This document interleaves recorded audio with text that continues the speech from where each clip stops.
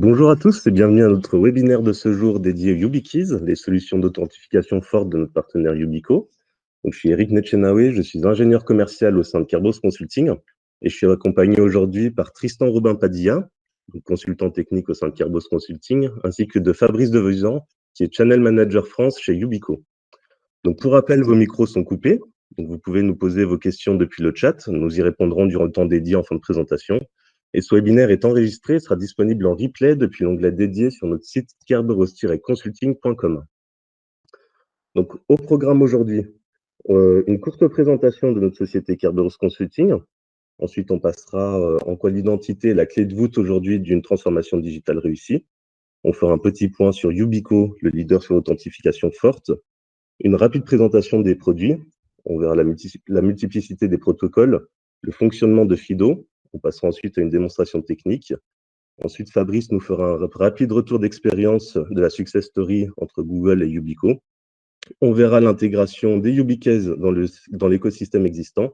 Et enfin, on participera à un temps dédié à vos questions en fin de webinaire. Alors, Kerberos Consulting, qui sommes-nous? Donc, nous sommes une ESN spécialisée en cybersécurité. Donc, nous existons depuis maintenant une douzaine d'années dans le bassin grenoblois. Donc, nous sommes spécialisés dans divers sujets, mais plus précisément dans les solutions IAM, que ce soit on-premise ou bien dans le cloud. Et nous proposons, en plus de ces solutions-là, des compléments en termes d'audit de sécurité, ainsi que des formations de différents niveaux. Donc, en quoi l'identité est aujourd'hui la clé de voûte d'une transformation digitale réussie? Donc, on va pouvoir le voir sur la slide d'après. Les façons de travailler aujourd'hui ont évolué. Donc, c'est-à-dire que l'émergence de nouvelles façons de travailler brouille aujourd'hui le périmètre de chaque entreprise. Donc, avec l'arrivée du télétravail, du phénomène tel que le Bring Your Own Device ou bien les postes partagés, on se rend compte que le périmètre de chaque entreprise est de plus en plus flou. Et donc, il convient de s'assurer en tout temps de l'identité des personnes qui peuvent accéder à votre système d'information. C'est pourquoi, aujourd'hui, on est partenaire avec Yubico, parce qu'on se rend compte que le problème principal vient des mots de passe et des identifiants compromis. Donc, en effet, on peut voir que 80% des attaques sur Internet utilisent des identifiants volés ou compromis. Donc, le phishing, aujourd'hui, c'est le meilleur vecteur d'attaque, donc c'est le meilleur taux de réussite parmi toutes les menaces qu'on peut identifier. Et 73% des mots de passe sont utilisés sur plusieurs applicatifs, d'où la nécessité aujourd'hui de passer sur d'authentification forte.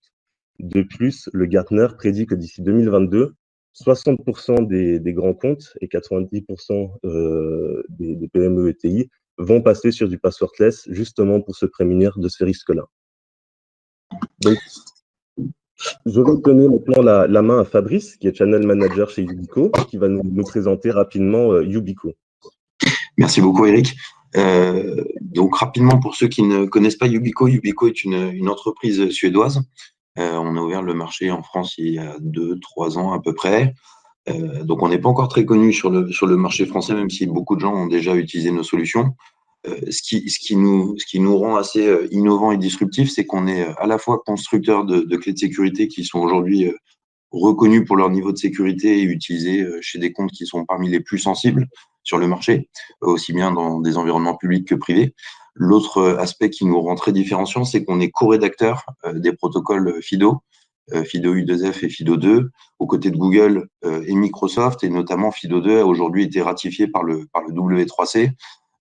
Donc, ce protocole devient une norme, un standard qui est en train d'être intégré dans la roadmap de la plupart des applications et constructeurs. Et on a une présence aujourd'hui internationale. Voilà, donc je laisse Eric dérouler, vous allez en savoir plus pendant la présentation. Merci Fabrice. Donc effectivement, avant de passer plus en détail aux YubiKeys, on va pouvoir observer l'évolution des différents protocoles d'authentification qu'on peut observer. Donc ça commence bien évidemment avec une authentification simple de type le login plus password. L'arrivée des smart cards dans les années 80.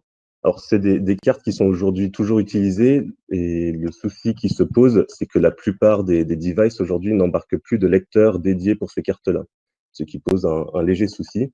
Et d'où l'importance de l'arrivée de Yubico sur le marché, qui permet de garantir l'authentification et de produire une authentification forte à tous les devices aujourd'hui qu'on peut rencontrer en entreprise. Alors, parmi les gains, on peut retrouver la rapidité de l'authentification qui est en général augmentée de 4 fois, des économies en termes de support informatique, donc 90% de réduction des coûts de support informatique dans le cas de Google, par exemple, une sécurité maximale. Pourquoi? Parce qu'aujourd'hui, de lier l'authentification forte à un autre type d'authentification, que ce soit en complément d'un mot de passe ou d'un code PIN, vous garantissez que c'est bien l'utilisateur qui est censé se connecter, qui peut accéder soit au poste de travail, soit aux applications d'entreprise. Enfin, une clé multiservice qui donne aujourd'hui accès à plus de 1000 applications sans partage d'informations confidentielles. Donc maintenant, Tristan va pouvoir prendre la main et rentrer un peu plus dans le détail technique de ces clés. Bonjour à tous. Donc, on va commencer par qu'est-ce qu'une YubiKey? De l'extérieur, déjà, la YubiKey, c'est une petite clé USB servant à sécuriser une authentification. Il existe de nombreux modèles, comme vous pouvez le voir là, disposant de capacités et tailles différentes. Par exemple, des YubiKey Nano qui peuvent être facilement embarqués sur des laptops grâce à leur taille réduite, ou la clé YubiKey 5 qui dispose de NFC, ce qui facilite grandement son utilisation avec des smartphones. Les cas d'utilisation, eux aussi, sont tout autant multiples. Vous pouvez les utiliser dans le cadre d'un login sur des sites ou applications web, login sur machine, par là je veux dire directement sur l'OS, login sur des clients lourds, token d'identification, authentification signature, etc., etc., etc. La YubiKey en elle-même donc, dispose d'un corps en plastique extrêmement robuste qui peut survivre à tout type d'épreuve ou alors beaucoup de types d'épreuves. D'après les retours clients, elle peut être mâchonnée par un chien, elle peut être perdue pendant du jardinage et retrouvée plusieurs mois après, être aspergée d'eau, etc., etc., j'en passe, et tout toujours en restant fonctionnel. Évidemment, comme toutes les clés USB, elle ne nécessite pas de batterie pour fonctionner. Outre sa coque solide, elle est formée de deux composantes majeures qui vont lui permettre d'assurer une sécurité maximale. Côté hardware, elle dispose d'une puce EAL6+. C'est un composant matériel permettant de stocker des secrets dans un endroit à partir duquel ils ne pourront pas être copiés. Et ça, c'est crucial. Pour les profanes, EAL6+, ça équivaut à un niveau de certification EAL correspondant à un ensemble de tests portés autant sur la conception que sur le produit lui-même. Pour vous donner une petite idée, généralement, les solutions civiles, elles obtiennent des certifications de niveau 1 à 4, tandis que les solutions militaires vont viser niveau 5 à 7. Donc, on est quand même sur un assez haut niveau de sécurisation des données. Après, côté logique / software, les clés Yubico utilisent la cryptographie à clé publique, de manière à ce que les secrets ne soient jamais stockés sur un serveur ou un tenant externe. Ce qui fait que la clé privée peut donc pas être copiée de la clé par un attaquant. Ces deux composantes vont travailler ensemble à rendre impossible la compromission des secrets, du moins par la YubiKey, et du coup à éviter fatalement les usurpations d'identité. Alors, il est à noter que ce que je viens de vous dire sur la cryptographie à clé publique, c'est valable pour les protocoles PIV, Smart Card, FIDO U2F, FIDO2 et OpenPGP. En effet, en plus de proposer déjà ces protocoles-là, la Yubico va permettre aussi d'exploiter des protocoles d'authentification, entre guillemets, legacy, comme tout ce qui est TOTP, HOTP, Challenge Response. Chaque clé est aussi préconfigurée pour embarquer de l'OTP Yubico. Évidemment, les best practices et Yubico même vous recommanderont de vous diriger autant que faire se peut sur du FIDO2, voire du U2F ou du Smart Card. Mais c'est pas toujours évident de concilier sécurité, besoins métiers et best practice. C'est pourquoi les YubiKey sont aussi conçus pour répondre à ces cas spécifiques. Alors on a un peu de latence sur le passage des slots aujourd'hui, malheureusement. La slide va changer. On va commencer par présenter les différents slots et les protocoles supportés. Alors, comme on l'a vu, la YubiKey permet de prendre en charge de multiples protocoles. Et c'est une des raisons pour lesquelles elle se démarque de la concurrence, c'est sa capacité vraiment à le faire avec un seul et même périphérique, sans pour autant sacrifier la sécurité. Alors, pour ce qui est on va commencer par l'authentification moderne FIDO2. La clé va permettre de stocker 24 paires d'identifiants /URL de provenance. Pour rappel, FIDO2, ça inclut en plus de l'authentification une notion de provenance. Si la demande ne provient pas d'une URL renseignée liées au compte renseigné, l'authentification sera refusée. Pour ce qui est de FIDO2 U2F, il n'y a pas cette notion de provenance-là, mais du coup, on peut stocker plusieurs millions d'identifiants sur la YubiKey. Côté smart card, il s'agira du protocole standard PIV, à ceci près que la fonction sera simplifiée, étant donné que l'authentification va transiter via USB et non par des lecteurs smart card à déployer en plus des périphériques, ce qui franchement est quand même coûteux et allège pas non plus les tâches du côté helpdesk. OpenPGP, bon, la YubiKey va permettre le chiffrement et la signature de mail, rien de plus classique. On va aborder la gestion des slots. Alors, les slots, ça correspond à un appui court ou long sur le capteur de la YubiKey. Le capteur, c'est le petit rond avec le Y que vous voyez sur l'image. Et ces slots-là, donc, peuvent être configurés avec les protocoles qu'on a vus précédemment. HOTP, par exemple, qui est basé sur un counter. Là, la YubiKey va se suffire en elle-même. Pour TOTP, on va plus avoir besoin d'un support disposant d'une horloge comme un ordinateur ou un portable. Il sera également possible de paramétrer du challenge response ou, comme je l'ai dit, une chaîne statique. Alors, par sécurité, stocker un mot de passe en soi, c'est pas le plus indiqué, mais il est par exemple totalement possible de stocker un préfixe spécifique auquel l'utilisateur rajoutera après son mot de passe. Je souhaitais aussi aborder avec vous aujourd'hui le concept du capteur de présence dont je parlais. Donc, c'est le petit rond. C'est un mécanisme relativement simple qui exige à l'utilisateur d'être à portée de sa clé lors de l'authentification. En fait, il va venir et appuyer dessus, ça lui sera demandé.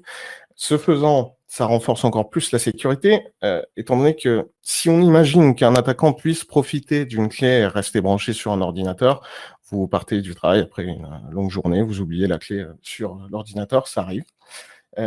L'attaquant ne pourra pas s'authentifier avec l'authentification sécurisée de la YubiKey, étant donné qu'il faudrait être présent dans le bureau même de la personne pour appuyer sur le capteur de présence. Donc, ça renforce encore plus la sécurité. On va faire un petit focus rapide sur FIDO U2F et FIDO 2 avant de passer aux démonstrations. Donc, deux étapes majeures sont à dénoter dans FIDO. Vous avez l'enregistrement et l'authentification. Au premier contact, la YubiKey va en fait générer une paire de clés et envoyer la clé publique au serveur cible. Ça va être l'enregistrement. Une fois ceci fait, quand l'utilisateur souhaitera se connecter au dit serveur, le serveur lui enverra un texte chiffré avec sa clé publique et attendra une réponse déchiffrée pour authentifier la session. Ça, évidemment, c'est l'authentification. Comme vous pouvez l'observer dans cette logique, aucun secret ne sera jamais échangé. Et ça, c'est crucial dans la sécurisation de l'authentification. FIDO U2F. Bon, rapidement, c'est une norme d'authentification qui a été co-créée par Google et Yubico et qui s'appuie sur la cryptographie asymétrique. L'utilisateur, alors vous avez le petit schéma ici, hein. L'utilisateur disposant de sa clé va se connecter, appuyer sur le capteur de présence. La clé va communiquer avec les navigateurs via les protocoles SETAP, via une couche de transport supportant autant du USB que du NFC. Étant donné que U2F fonctionne aussi sur smartphone, vous pouvez par exemple appairer votre clé à un compte Gmail et bénéficier de la sécurisation avec votre clé en NFC. Les grands navigateurs supportent aussi évidemment U2F, ce qui leur permet de communiquer avec la YubiKey. Donc ils vont transporter le token FIDO à travers le protocole WebAuthn vers le serveur cible du service auquel on se connecte. Côté FIDO 2, rédigé du coup en partenariat avec Microsoft, FIDO 2 intègre le concept de resident key, ce qui va lui permettre de mettre en place en fait du passwordless. Le token dans la Yubico va lier une représentation d'une URL de provenance, comme je l'ai expliqué tout à l'heure, à un identifiant de compte. Ce qui va permettre du coup à l'utilisateur de ne pas avoir à rentrer le couple login mot de passe. Pour ce qui est du fonctionnement du protocole, il est très simple et il va reposer aussi sur SETAP et WebAuthn. Alors, une petite phrase de conclusion sur cette partie plutôt théorique. Même si la YubiKey est conçue dans l'esprit d'aborder des concepts d'authentification modernes qui commencent à représenter quand même une certaine part des protocoles utilisés par les entreprises, elle est largement employée et éprouvée dans des projets d'authentification centrés autour de PKI Smart Card ou d'OTP pour des accès VPN ou Radius, par exemple. On va maintenant passer sur 3 petites démonstrations de configuration qui vont vous permettre d'aborder un peu le côté technique de la chose. Alors, je vais switcher le partage. Hop, là, on va commencer par une démo avec Gmail. Alors, donc, on va appairer tout simplement une clé YubiKey à un compte Google. Donc, on va aller sur notre compte Google de démonstration. Ah, alors attendez, je remets le partage qui a sauté, bougez pas. Tac, tac, tac. Je vais vous mettre en plein écran, autorisé. Très bien. Donc, on va sur notre compte de démonstration, comme je vous l'expliquais. Alors, c'est extrêmement simple à faire, vous allez voir. Il suffira que je me connecte, que j'aille dans la gestion de mon compte Google. À partir de là, je vais dans Sécurité. J'active la validation en 2 étapes.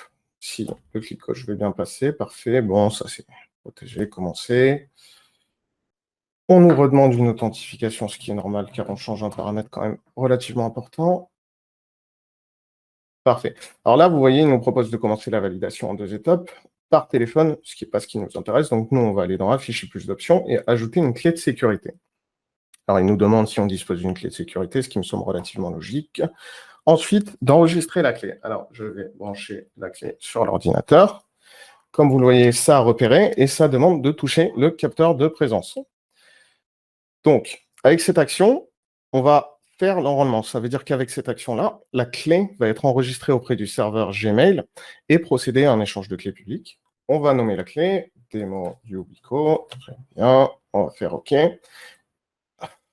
Et là, la configuration est terminée. Comme vous le voyez, la clé est ajoutée, tout va bien. Donc, on va se relog de manière à ce que vous puissiez voir le login avec la clé. Très bien. Donc, je retourne sur mon compte. J'ai débranché ma clé. Démonstration. Je vais mettre là. Donc, j'ai mon premier facteur d'authentification qui sera le mot de passe. Et ça me demande ma clé. Donc, comme vous le voyez, je rebranche la clé. Je dois, encore une fois, activer le capteur de sécurité dont je parlais tout à l'heure. C'est terminé, je peux être logué. Après, je peux demander à ce que cette vérification se fasse plus sur l'appareil, mais bon, ça, c'est à vous de le voir. Donc ça sera la démo Yubico. On va maintenant passer à une deuxième démonstration où on va configurer OneLogin pour appairer une clé Yubico à un compte utilisateur, de manière à ce que ce dernier puisse utiliser Yubico OTP en tant que deuxième facteur d'authentification. On va faire la démarche complète car elle est assez rapide et surtout pour que vous voyez que c'est quand même assez simple, même sur des solutions tierces, entre guillemets. Pour rappel, OneLogin, c'est une solution de gestion des identités et de SSO. Donc, on va commencer par se connecter sur un tenant test. Là.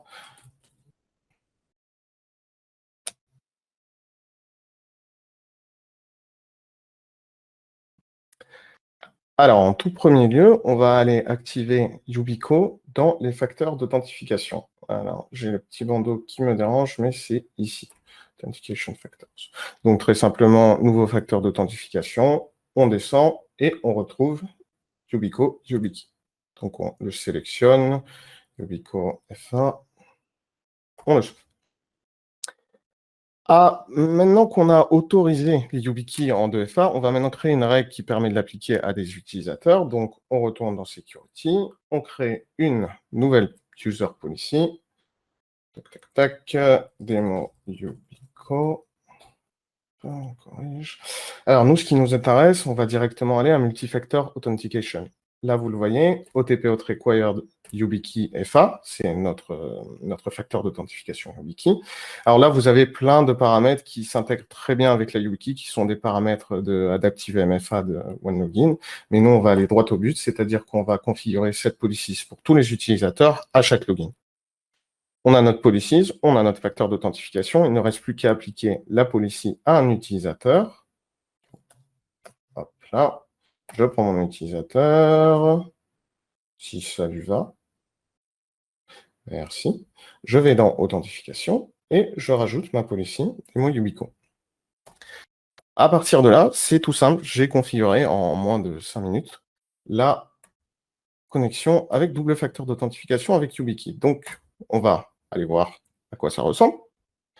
Tac, tac, tac, très bien. Donc, j'ai mon compte que vous reconnaîtrez de démonstration. On continue.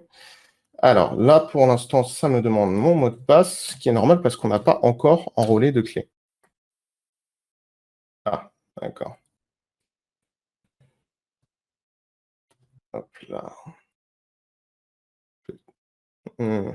Qu'est-ce qui se passe? Ça, c'est Tristan démonstration, on est sur le bon site. Démo 38. J'ai un problème côté OneLogin. Alors.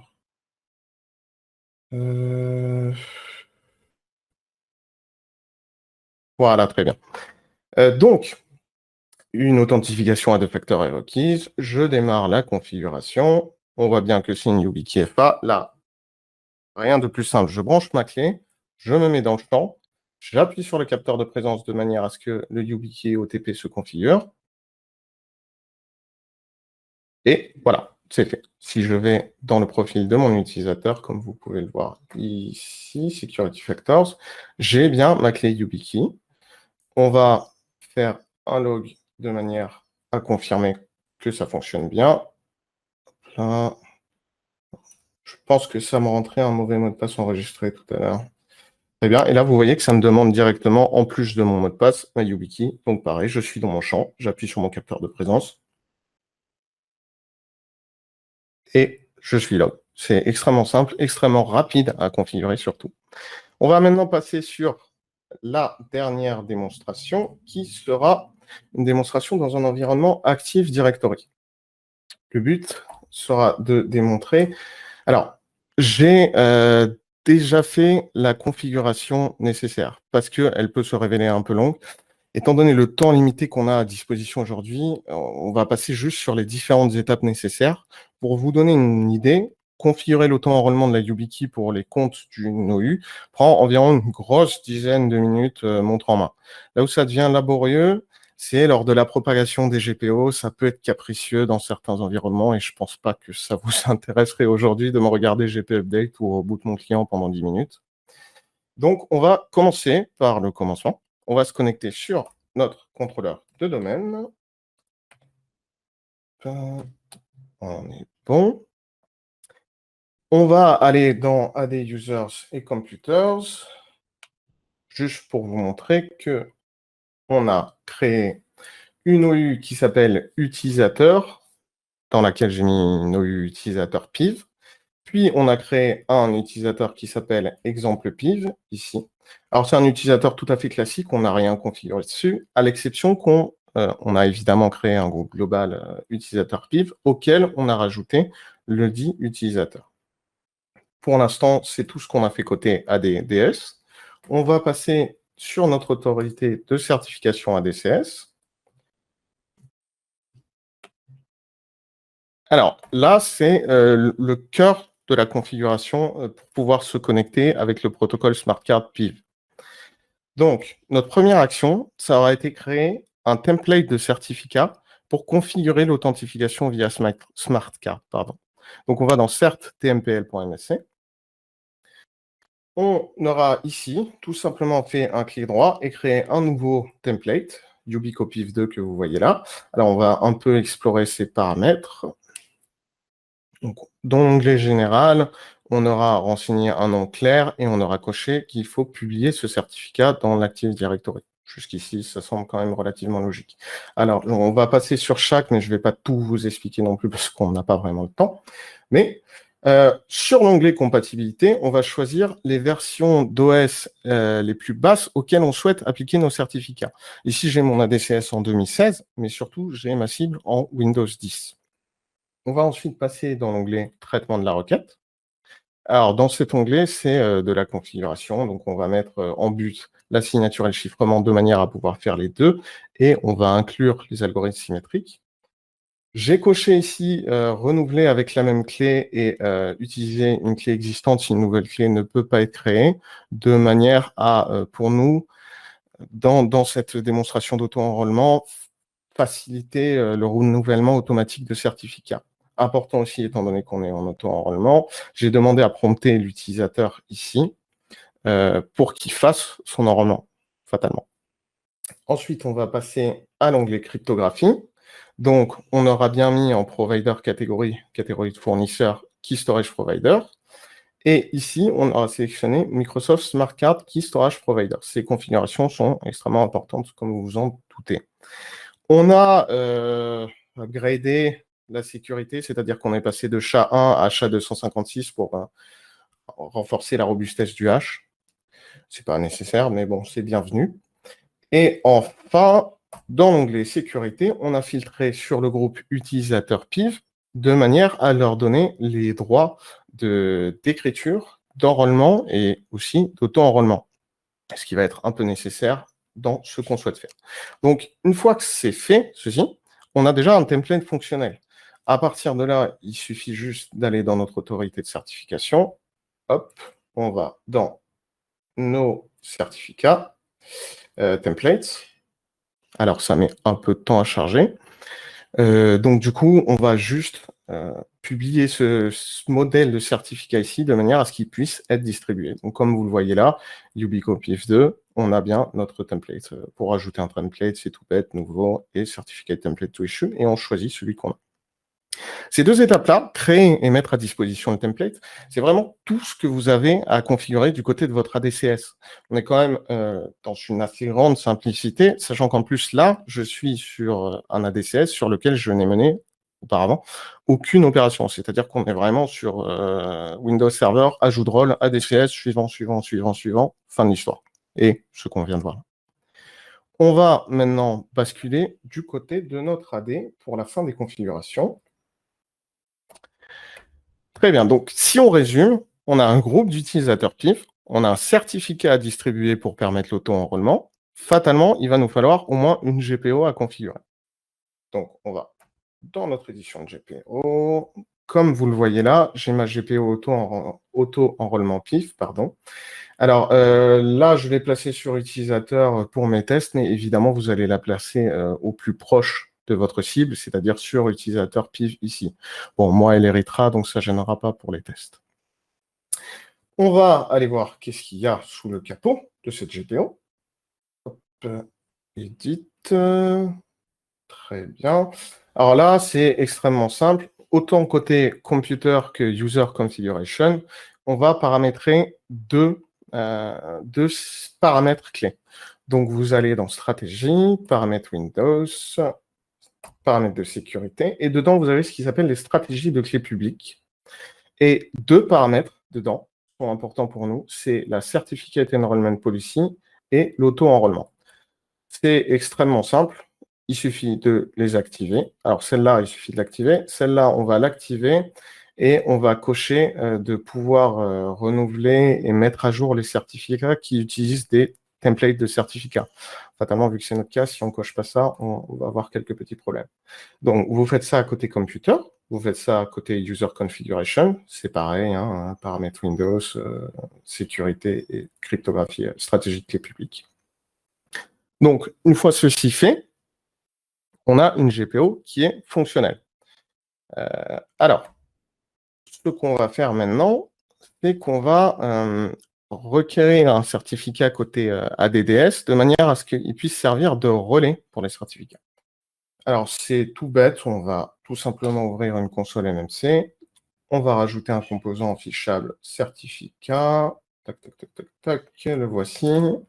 Hop, alors important ici, on sera sur un compte machine. Suivant. On rajoute. Et si vous allez sur les certificats, vous verrez que moi, je l'ai déjà, évidemment, mais je vais juste rapidement montrer comment on fait. Donc, vous allez dans Helpdesk, on requiert un nouveau certificat. Next. Ici, ça va charger les options disponibles qu'on a.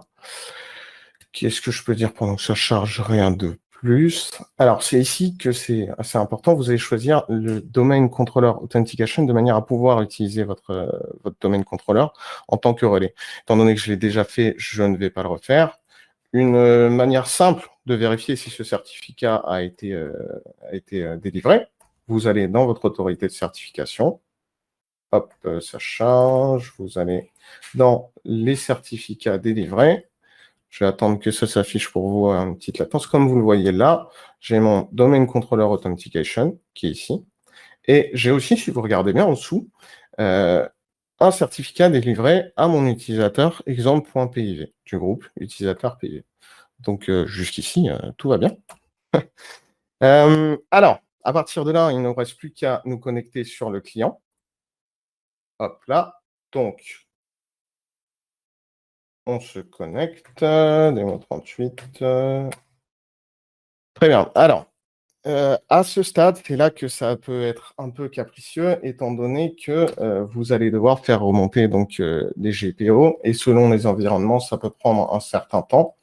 Moi, sur mon environnement de test, ça a été un peu long, une dizaine de minutes, c'est pas non plus la mort. Donc, comme vous le voyez là, l'utilisateur bénéficie bien de la stratégie de groupe auto-enrôlement PIV. Donc déjà, c'est bon signe. À partir de là, je n'ai plus qu'à vous montrer se déconnecter, la connexion. Vous voyez, toute cette configuration, honnêtement, prend entre 10 et 15 minutes si vous savez ce que vous faites. Alors, comme vous le voyez, ici, j'ai autant password que smart card pour me connecter, parce que j'avais ma smart card de brancher. Vous pouvez parfaitement, par GPO, bloquer la connexion en password. Bon. Tristan, on n'a plus l'écran. Ah, très bien. Bah, alors, attendez, bougez pas, je vous le remets. Hop.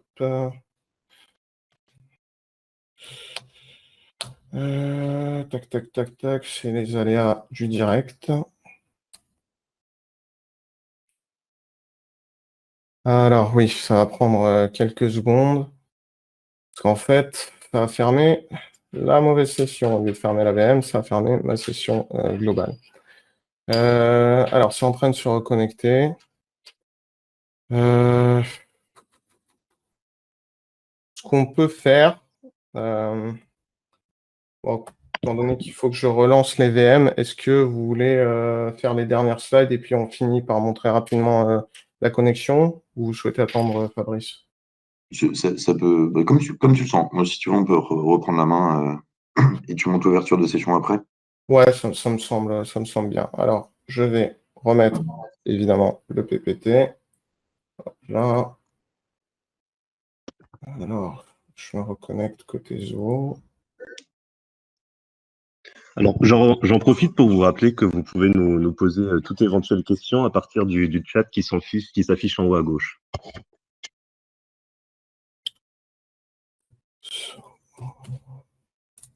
Hop.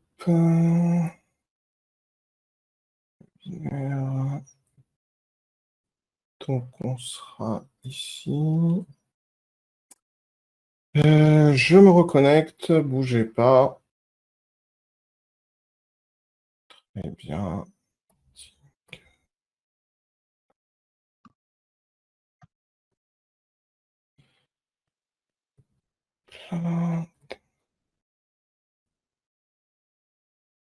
Je suis de retour, c'est fantastique. Je vous repartage le PPT, comme ça me permet de relancer mes VM en question. Et voilà. Là, commencer le partage. Alors, ça va mettre un poil de temps à s'afficher. Ah, d'accord, donc ça n'affiche pas la bonne fenêtre. Fantastique. Très bien, voilà. Là, on devrait être bon. Désolé pour le contretemps. C'est pas grave. J'ai eu pire comme effet démo. C'était très bien. C'est vrai. Merci Tristan. Peut-être rapidement, je ne sais pas combien de slides il reste, mais on est pris par le temps. Je vais quand même essayer d'aller droit au but. Ce que vous avez vu, c'est que la YubiKey répond à un enjeu majeur au sein des entreprises, c'est être capable finalement de répondre à l'hétérogénéité à la fois des devices, des use cases, mais aussi permettre de s'inscrire dans la durée en finalement avec la diversité des protocoles embarqués, répondre aujourd'hui à des use cases legacy, mais avec vos choix d'architecture de demain, répondre à des use cases modernes avec du FIDO, de l'U2F. Donc ça, c'est vraiment le point fort de la clé. Peut-être que, voilà, pour mettre en évidence la valeur côté client, Google est un de nos plus gros clients, donc je pense que c'était intéressant de vous partager ce retour d'expérience. Google a mis en place la YubiKey depuis 2013, tout simplement parce ils subissaient énormément d'attaques de type phishing, et historiquement, ils utilisaient leur propre authenticateur. Aujourd'hui, beaucoup de clients font le choix de partir sur du MFA mobile. On sait que les protocoles, malheureusement, sont interceptables du moment qu'ils sont partagés sur des réseaux. Et donc, Google a fait le choix de la YubiKey, a équipé tous ses salariés depuis 2013. Et le résultat au bout de 7 ans, qui nous a été communiqué et qui est un Rex public, c'est aucune usurpation de compte. Donc ça, c'est quand même important. Un login jusque 4 fois plus rapide, évidemment, que d'aller déverrouiller un smartphone, faire un push d'application ou aller chercher un OTP. Et surtout, un énorme gain en termes de productivité, puisque la YubiKey fonctionne en mode offline, elle n'a pas de batterie, donc elle ne se désynchronise pas, contrairement à un OS ou un smartphone. Et donc, voilà, il y a un vrai retour sur investissement en termes de support, helpdesk, de productivité des salariés qui a été constaté chez Google. Et voilà, on voulait en tout cas mettre ça en perspective avant de finaliser la presse. Je ne sais pas s'il reste des slides. Il reste une slide sur l'intégration. Je l'apprends peut-être. L'idée, c'est que voilà, on a fait un focus sur l'ouverture de session on-prem, sur Google, sur Okta. En fait, les cas d'usage sont non exhaustifs. Cette slide n'est pas exhaustive. Yubico permet de travailler avec toutes les applications du marché qui supportent un des protocoles qu'on embarque dans nos clés. Et on n'a rien de propriétaire dans notre clé. On travaille qu'avec des protocoles standards du marché. Donc, on peut imaginer plein d'autres cas d'usage. Mais travailler avec des CMS, travailler avec des accès distants, des password managers, des accès privilégiés. Enfin voilà, on peut imaginer plein de sujets sur lesquels vous pourriez renforcer la sécurité avec la même clé de façon simultanée. Donc, on sera ravis, peut-être pendant la Q&A maintenant ou par la suite, contactez-nous pour en savoir plus. On pourra essayer de voir comment vous accompagner sur les différents cas d'usage que vous avez. Très bien, si c'est tout bon, du coup, mes VM sont up, donc je vais vous repartager. Ça va prendre une vingtaine de secondes parce que tout fonctionne comme il le faut. Donc, je vous mets l'écran entier encore une fois. Je retourne sur ma VM. Voilà, donc on est de retour sur notre client. Comme vous le voyez là, j'ai mes plusieurs options de connexion. Je vous disais password et smart card. Donc, je vais connecter ma YubiKey à ma VM, hop, toujours un plaisir les trackpads. Vous voyez là, il a reconnu la carte à puce et il va demander le code confidentiel. Alors le code confidentiel, là pour l'instant, c'est celui par défaut. Donc ça se connecte sans aucun souci. Vous voyez, la configuration n'a pas duré tant que ça malgré le petit obstacle. Et un dernier truc rapidement, même si on est un peu pris niveau temps, je vais vous montrer très très rapidement le YubiKey Manager. Donc vous pouvez le télécharger directement, ça vous permet d'interfacer avec votre clé. Donc là, vous avez Home, le modèle de votre clé. Vous avez vos applications, donc par exemple Smart Card PIV dont on parlait jusqu'ici. Vous voyez que vous pouvez manager votre PIN, vérifier les certificats qui sont chargés ou tout simplement restaurer les paramètres par défaut. Et enfin, vous pouvez choisir quel protocole vous souhaitez activer ou désactiver sur la clé. Il y a à noter qu'il est aussi possible de communiquer avec la clé en ligne de commande et vous aurez là plus d'options. Du coup, je pense que ça clôt notre démonstration et notre présentation et que le moment est venu si vous avez des questions. Alors, pour l'instant, nous n'avons pas de questions. Donc, Fabrice, je te propose de faire peut-être un petit ensemble, une petite vue d'ensemble des éléments tarifaires, des différentes clés. Oui, c'est peut-être un point qui était important à souligner. On ne vend qu'une clé. Donc, aujourd'hui, on ne vend pas de licence. Il n'y a pas d'infrastructure nécessaire, pas de middleware. Nos clés sont entre 45 et 70 euros, plus ou moins. Hors taxe, selon les modèles. Évidemment, les modèles nano sont miniaturisés, donc un peu plus chers. Et c'est vrai qu'on les clients, en tout cas l'écosystème est souvent surpris du fait que voilà, on ne facture qu'une clé, pas de licence, et c'est aussi assez disruptif économiquement par rapport à ce qui existe sur le marché. Je ne sais pas ce que je pourrais ajouter de plus. On est en cours d'audit, on est en phase finale d'audit de notre firmware avec l'ANSSI. Donc, on espère avoir la CSPN à la fin de Q2. Donc, voilà, s'il y a quelque chose à retenir, c'est qu'on a une solution qui permet de simplifier l'expérience utilisateur au sein de l'entreprise. Évidemment, par là, ça veut dire que ça va accélérer aussi l'adoption. C'est une des contraintes majeures quand on fait des changements technologiques ou des choix de sécurité, c'est vraiment d'apporter une solution simple. On apporte un niveau de sécurité qui est déjà démontré, en tout cas qui sera bientôt officiel en France avec l'attestation de ce tampon de l'ANSSI. Et on a une approche économique qui est très disruptive aussi. Donc c'est vrai que ça représente un intérêt pour nos clients à tester un use case, s'apercevoir qu'avec la même clé, on va pouvoir répondre à d'autres cas d'usage et capitaliser justement sur l'acquisition des clés pour sécuriser au maximum, de façon granulaire d'ailleurs, pour les différentes populations au sein de l'entreprise. Est-ce qu'il y a des questions? On a 2 questions que je vais te laisser parce que sensiblement c'est la même question. Qu'en est-il si un utilisateur perd sa clé et est-ce que le processus de changement est simple? Alors, les questions sont un peu liées. C'est une très bonne question. Si l'utilisateur perd sa clé, évidemment, il est toujours prévu une méthode, j'ai envie de dire, dégradée d'authentification. C'est-à-dire que éventuellement, la capacité à communiquer par le support un mot de passe complexe, potentiellement, s'authentifier avec un mobile si besoin, temporairement, le temps de récupérer une clé. Donc voilà, les mécanismes sont prévus pour que les utilisateurs ne soient pas bloqués en cas d'oubli ou de perte de la clé. Ce que Yubico préconise, et c'est ce qu'on constate sur le marché, c'est pour les populations les plus à risque, le top management, les VIP, les admin systems par exemple, on préconise quand même d'avoir une clé de backup qui peut déjà être préconfigurée.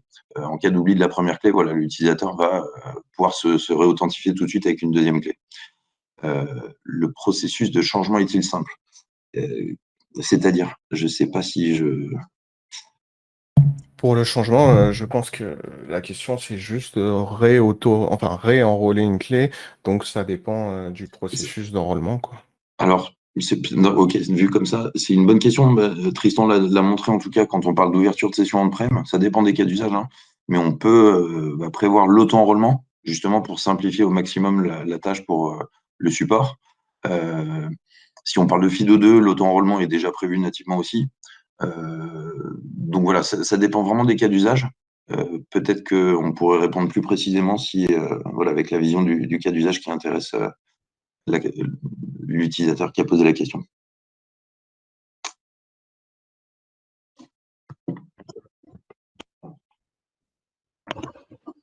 Et nous n'avons donc pas d'autres questions pour l'instant et nous sommes arrivés en fin de temps dédié de ce webinaire. Donc pour toute autre éventuelle question, Tristan, si tu peux repartager la slide de contact sur le PowerPoint de présentation. Je vous invite à nous contacter directement par l'email qui va s'afficher. Et de toute façon, vous recevrez un lien suite à ce webinaire avec nos informations de contact où nous pourrons échanger plus précisément de toutes questions.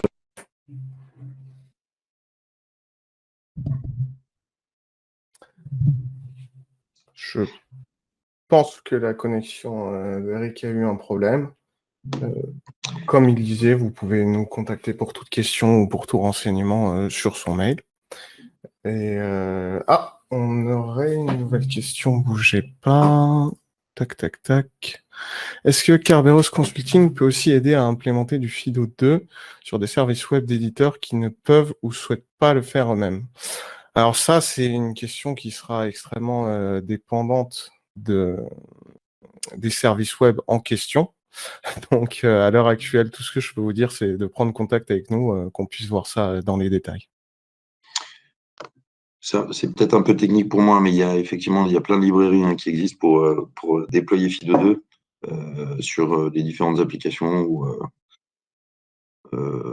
OS. Donc, on peut vraiment customiser, j'ai envie de dire, des applications avec FIDO2. Logiquement, c'est assez simple. Très bien. Eh bien, si c'est tout, je vous remercie beaucoup de tous avoir suivi ce webinaire qui était un peu musclé parce qu'il y avait beaucoup à dire, parce qu'il y a beaucoup de choses intéressantes à dire. Et je vous souhaite à tous une excellente journée et surtout un excellent week-end. également. Ben, merci beaucoup. Et merci Tristan pour la démo. C'était top. Un plaisir. Au revoir. Bonne journée. Bonne journée.